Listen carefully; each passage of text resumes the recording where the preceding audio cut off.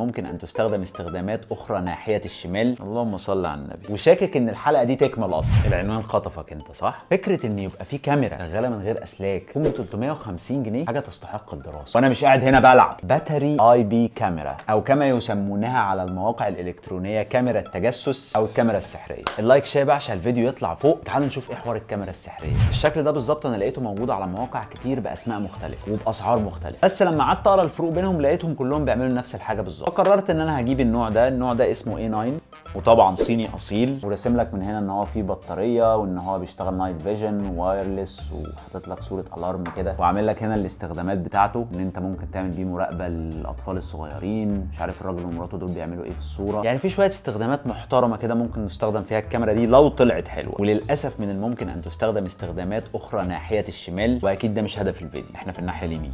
نفتح بقى العلبه ونشوف. اللهم صل على النبي. هي الكاميرا شكلها متجمعه هنا في الشارع اللي ورانا. طبعا الباكجينج او التغليف بتاعها يعني رديء جدا للاسف. السلك ده اصلا شكله مفتوح قبل كده. الكاميرا دي كلها على بعضها كده شكلها مستعمله قبل كده. وفي ورقه هنا مكتوبه بالعربي كده بيقول لك اسم البرنامج اللي انت هتنزله، حاطط لك الكيو ار كود بتاعه. الموضوع مصري قوي. انا بدات اقلق وشاكك ان الحلقه دي تكمل اصلا. ده كده هولدر او حامل، ودي الدوريه اللي هي البتاع اللي بتبقى بالمغناطيس كده. ده لو انت عايز تثبتها في مكان يعني. وده الكابل اللي بيشحنها. وفي كابل تاني كده تحسه اللي هو مرن كده شويه فليكسبل لو انت هتثبتها على حاجه مثلا وهتكون موصلها بمصدر شحن او مصدر كهرباء. ندخل بقى على القطقوطه بتاعتنا. ده شكل القطقوطه. كاميرا صغنونه جدا يعني، هي قدام كف ايدي اهي، حجمها صغير قوي، ما فيهاش زراير كتير. موجود هنا زرار اون واوف، والناحيه الثانيه زرار مكتوب عليه مود، وده مكان للميموري كارد.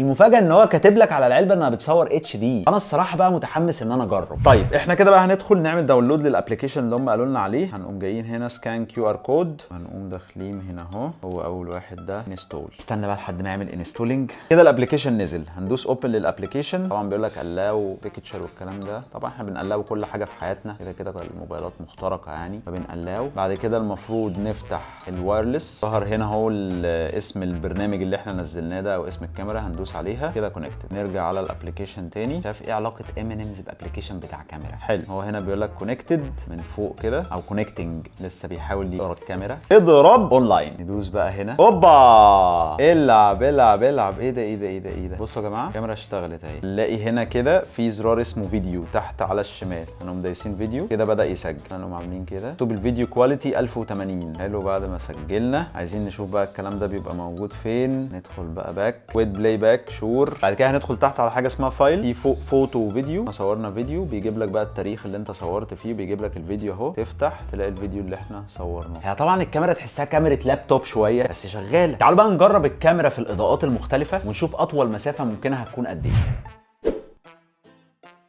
ده كده تصوير الكاميرا وصوت الكاميرا في اضاءة الشمس.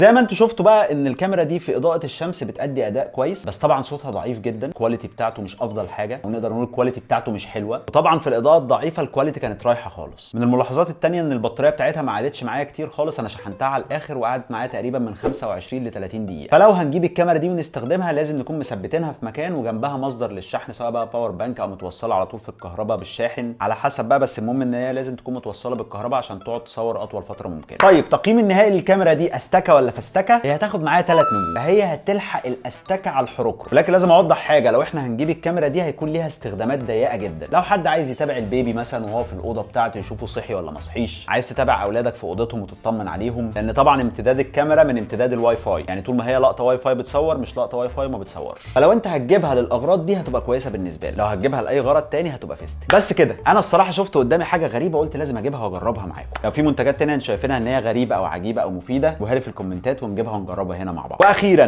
لكل المانجو لافرز، سي يو.